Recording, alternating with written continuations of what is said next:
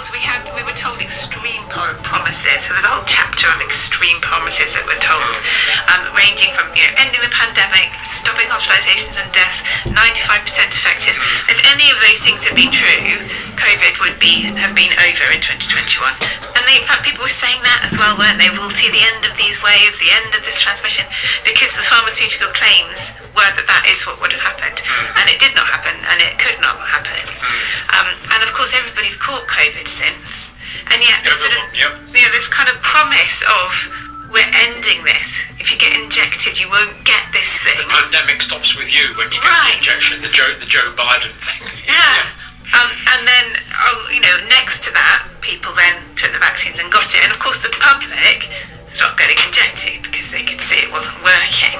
But the official line continues to be that it worked, even though everybody caught it. Now, vaccines are meant to prevent illness. These did not work. So that's the starting point. What have we got here? We could effectively end this pandemic in 2021. Yeah, and then later on in 2022, we had the Pfizer CEO saying 2 doses offer very limited protection, if any, because at that point he's trying to sell boosters. And in February, the case rates start to rise. So we had this situation where the public health authorities were trying to measure the rate of infection in the unvaccinated and various different dosage categories of vaccinated. And for a long time, it looked like the unvaccinated were at a higher rate, probably because the number of people who were unvaccinated wasn't measured properly in the population. And then over time, the rates in the vaccinated were going up and up and up and up and up until they overtook this sort of exaggerated rate in the unvaccinated.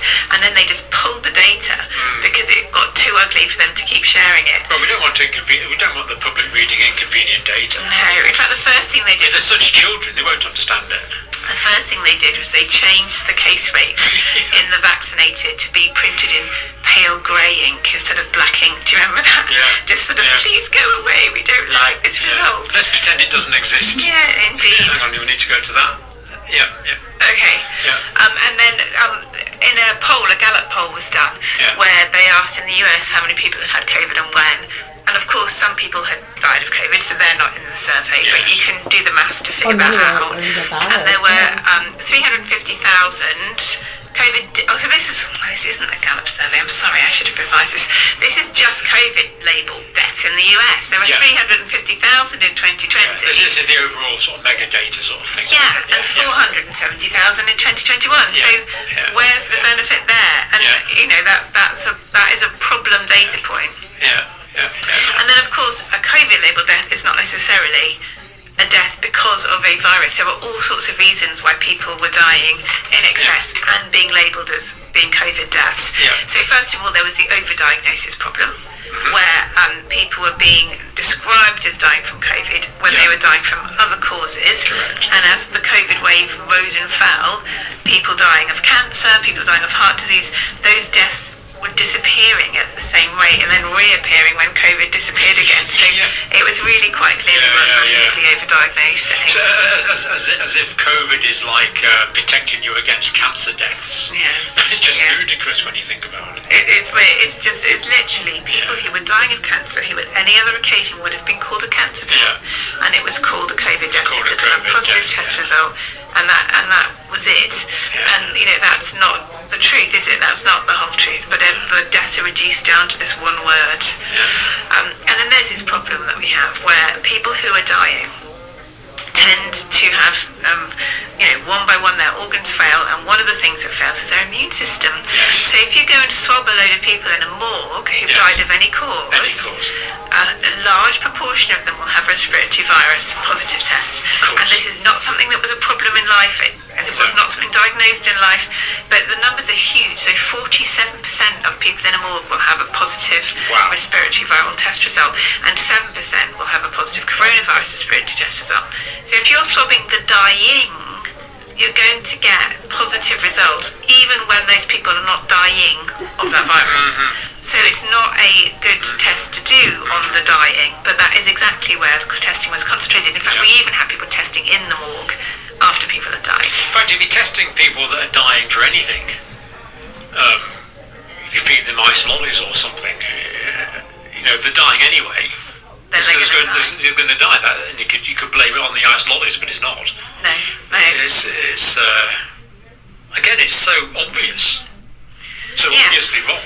I think one of the things that's happened is that deaths have been reduced to a single diagnosis. When deaths aren't like that, they're complex, and the CDC are good at publishing death data where they say multiple different causes, but the UK data always gets reduced down to one cause. And when you've got this kind of political environment we've been in, COVID becomes one of the one causes, and any other cause that was mentioned just disappears out of the data, and you're just left with COVID. Yeah. So then in the US there was this problem where there were these incentives that were increasing the rate at which people were diagnosed with COVID. So families were getting $9,000 of funeral expenses if there was a COVID on the death certificate. It's a lot of money. That was happening up until September 2025. It was still going. It was as late as that? It was as late as that, yeah. Wow, $9,000 if you put COVID on the death certificate. Yeah, and so if you're a doctor who wants to help out a family, you'll put it on. Well, I mean that's the difference between having a funeral and not having a funeral. I mean, $9,000 is a huge amount of money for poor people. It is. It's quite a lot of money for anyone. Yeah, and if you're a relative who gets at the receiving end of a death certificate and $9,000, you're not going to complain too much, are you? Put COVID down. Come on, you can do that. Yeah, so that's not a good way of collecting data, is it? No, it really is not. Yeah. And then there was a problem that people were not being treated the way they normally would be. Yeah. People who had a community pneumonia would normally get seen by a GP, bit of face-to-face attention. Pneumonia is a medical emergency. Yeah. And you'd get given antibiotics. They'd be straight into A&E, they'd be on, get the blood cultures done, they'd be on oxygen, they'd be... But even in the community, if they weren't that sick, not everybody has to go to hospital. They still get antibiotics. Oh yeah, for sure. And they weren't getting antibiotics even in the hospital. Yeah. Even when they were dying. If the SATs went down, they would go into hospital for oxygen. Yeah. And all the pandemic plans were to stockpile antibiotics because this was, secondary bacterial infections are a serious thing that definitely cause people to die because antibiotics work. Yeah. And yet, instead of having an increase in prescribing, the prescribing fell through the floor.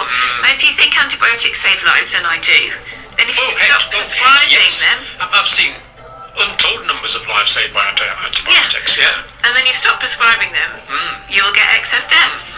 And so, not all of those deaths were COVID deaths because people were denied antibiotics. People were dying of bacterial infections when antibiotics were just sitting there doing nothing. Yeah, because of this idea that viruses aren't helped by antibiotics. But the reality... Which is basically true. But well, it's sort of true. So, azithromycin, for example, is anti-inflammatory, which is good for viral pneumonia. True. And it has antiviral properties, which is good for viral pneumonia. And it stops secondary bacterial infections. True. So, it's not as black and white as no, it's not. It's not, absolutely, Yeah. And then the last one we've got there is dehydration. So, people in care homes are there because they need care. And a big part of that care is help staying hydrated.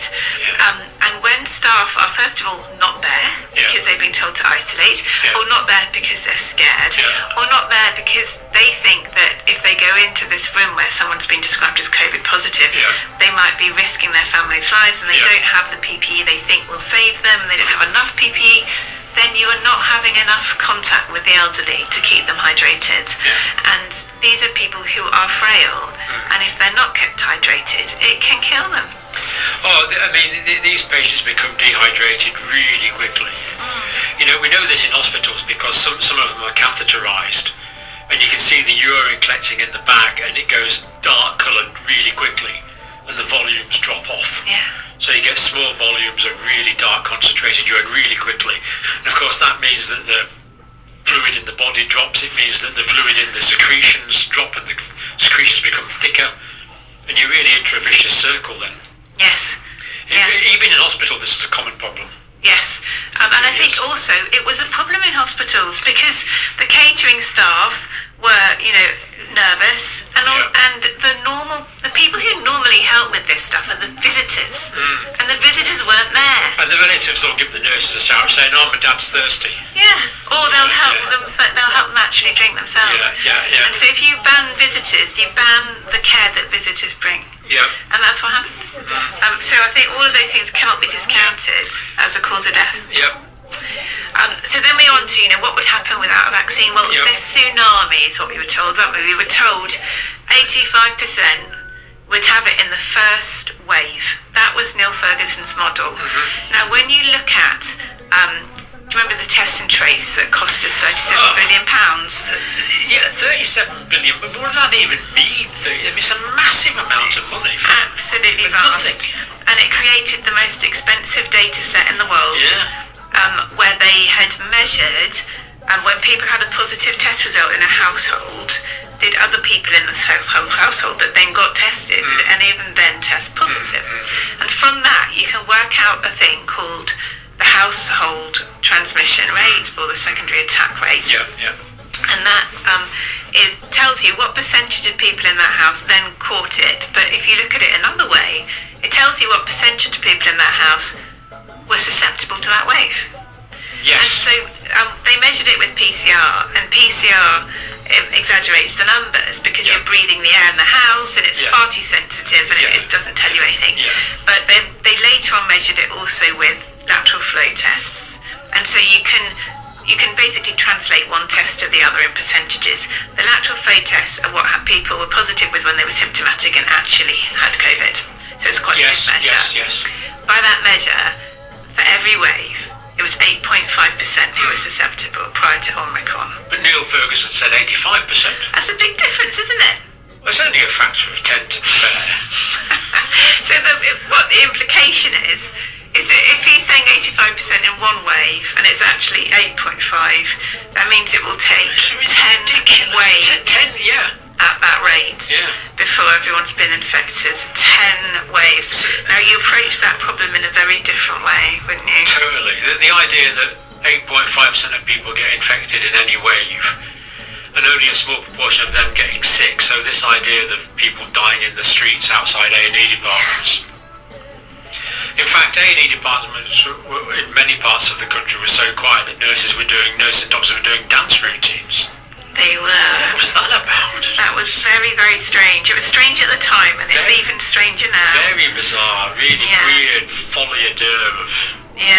with everybody sharing these videos. How do you explain how? I'm still mystified looking back on that. I think some of my old tutors in the old days, they would have had a complete fit. Anything that was considered unprofessional behaviour, they would tell you off. You had to have your tie, you had to speak correctly, you had to walk correctly, as you should, it's a professional standard. And then people dance around in scruffy scrubs. There was something going on there with very, very weird. There's a sort of hero worship thing, wasn't there? It was bizarre. People were celebrating the NHS and worshipping the NHS literally on altar cloths and projected onto church buildings at one point. Well, in the reality, it's only people like me work there. It's crazy. But I think the people who were given that hero complex, that was part of the expression of it, maybe. Nurses and doctors actually came to believe their own image somehow. It was very odd. Very, very strange. So the other number on that slide there, that's 6%. That's where blood donors have their blood screened for antibodies over time, and it's about 6% for each wave acquired antibodies. So it's a different way of testing. It might not capture everyone that was infected. It might be more accurate, less accurate, we don't really know. But the point is that also was steady with each wave. So you've got two measures there of this tiny fraction being susceptible in each wave. It's a bit higher for Omicron again. But until Omicron, nothing changed. So nothing changed from all these people vaccinated. It was exactly the same problem we had prior. The models were completely off, and no one ever admitted it. So 92.5% of people were essentially incapable of catching any particular wave. 8.5% they were bystanders. Bystanders. They were never going to get it. And this is because our lungs are lined by thick mucus, layer upon layer of it, and the final layer before you hit a cell is so impenetrable that a virus, despite its tiny size, a single virus particle on its own, it cannot pass that through that mucus. Is that right? If it's intact. Right. So you have to have something go wrong to that mucus layer in order to let virus in. So sometimes they seem to maybe hijack on bacteria, which do have mechanisms for breaking through mucus, but sometimes something else is happening to that mucus layer that's letting things in. Right. One example will be COVID vaccines themselves disrupt the cytokines that cause thinning of the mucus layer. Yeah, the local chemicals that are released by local cells that control the physiology in that area. And so our mucus is so much better than any mask could ever be. Yeah. But it fails in a tiny proportion, each wave. So that's a really interesting question. Like, why is it that this mucus layer sometimes fails? Now, if we had to approach this whole thing rationally, because some researchers that found something about it, but instead everybody went crazy on masks. I'm actually really glad you asked that. So someone in class was asking, sometimes they see these cases and you're dealing with some of the sickest criminals and cases and abuse. Yeah, we say some of the worst ones, the non-negotiable ones. Yeah, the ones, nobody wants to talk about because, what are you going to do, right? Yeah, now once you start to understand that in these cases and what's going on here.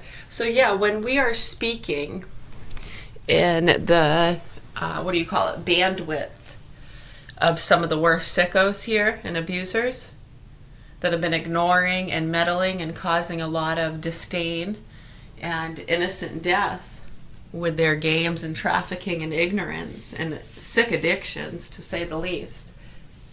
Yeah, we will sometimes speak right from the horse's mouth. People that are trying to communicate with them or would like to get a message to them, but they can't speak to them personally because they're either in another part of the world or that it just wouldn't be appropriate because of who they are. Right, for many reasons why they can't personally speak to those people.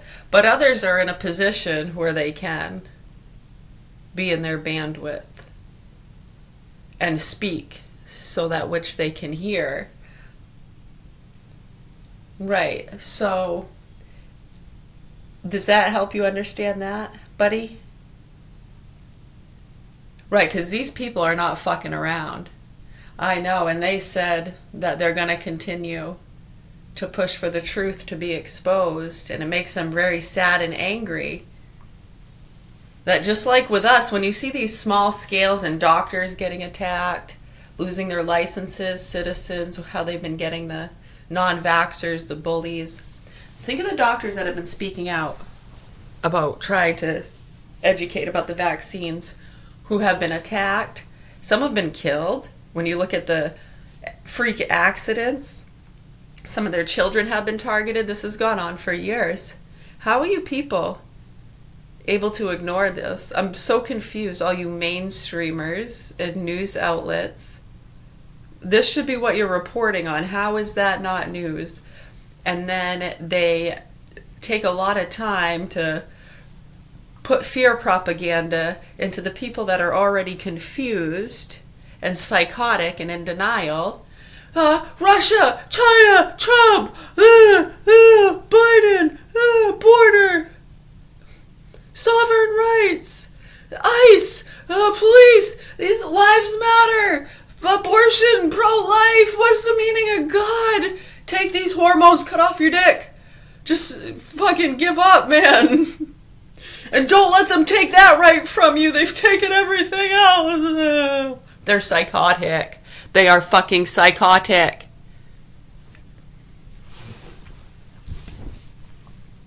Right, so sometimes when we have investigators, doctors, or people that are trying to get through to folks who they can't personally talk to or get right in their ear, like we can sometimes. Right, so if we know someone's listening on here, or if they're in the physical bandwidth, we say, yeah, you motherfuckers better wake the fuck up. Yeah, because they're probably going to break your fucking neck. But before they do that, they'll probably torture you. What'd you say? They said that, yeah, they said, we're going to make sure it's nice and slow for you. You sick fucks. Yeah, I mean, they got some pinpointed. We're trying to tell you, and it makes us sad, the ones that are in denial. Right, that's a whole other loop of yuck. And then you have the actual abusers and the producers, and then you have people over the years that protect them. Is that your feeder? Is that, you gotta protect them from the Karen? I know, I don't think they realize how many children they've put into the hands of sick motherfucking people. They're not helping anybody. They're not fucking helping anybody, dude.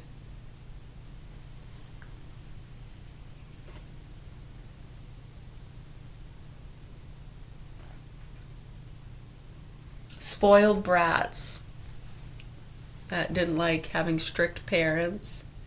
Gotta stop these Karens. Yeah, stop these Karens. They didn't let me play video games and made me take piano lessons. I hated it. They forced me. And if I didn't do it, they'd punish me. They smack you around. Yeah, I know, it's legal in your state. We're trying to help with that. And with what you're doing, you're helping the punks that are beating up our kids, saying they're not going to raise sissy kids. So what do you think about that? Right, that's what we try to show them. The ones that go and attack people trying to prove a point, I mean, it's just all bullshit. People in their own personal worlds, protecting their own assets, victimhood stories. A lot of little cuts they need band-aids for, and funding. They're oppressed. I know, when you look at it, and I mean the time and the effort people put into trying to shut us up, it's a lot of paperwork and effort and lies and meddling, and it's put a lot of people in danger. It's gotten a lot of innocent people killed, and our anger is real too. Yeah, it's not just speaking from the mouths of those other people that are trying to help wake people up, because they're sick of seeing innocent people get killed too.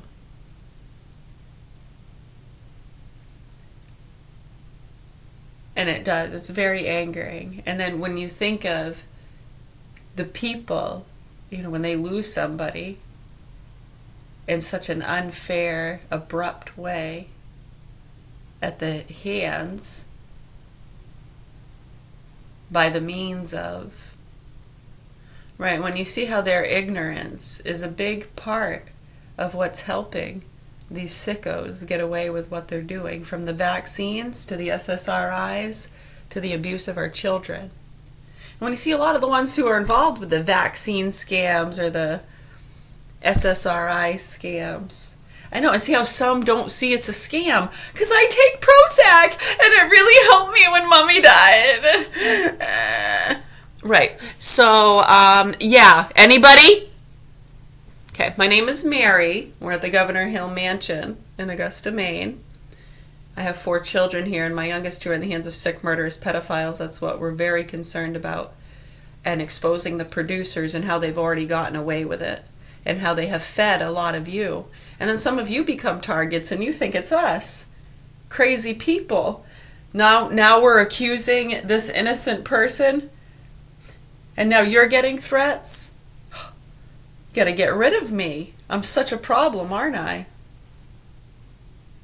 Yeah, people need to wake the fuck up, is what they need to do. I know many have, and as you can see, even when you do, to try and speak the truth.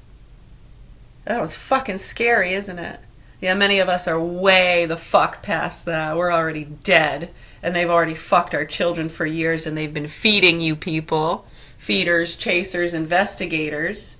And we're fucking sick of the fucking stupid fucking ignorance. Anybody want to report the facts here? You sick fucking stupid monkeys.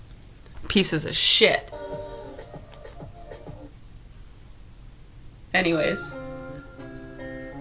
That's enough for this morning. We don't really like having to do those classes.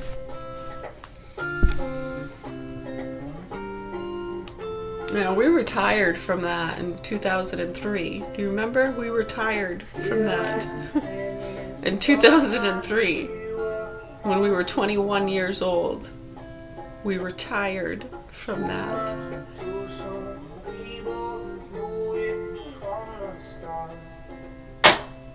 Can't you see I'm waiting for a way to weigh you down? I try to live my life without you here, I don't know how. Can you come back around now? Come back around now. Don't let me down now. Like some sound now. You're welcome. Yeah, thank you. I know, right? Insane.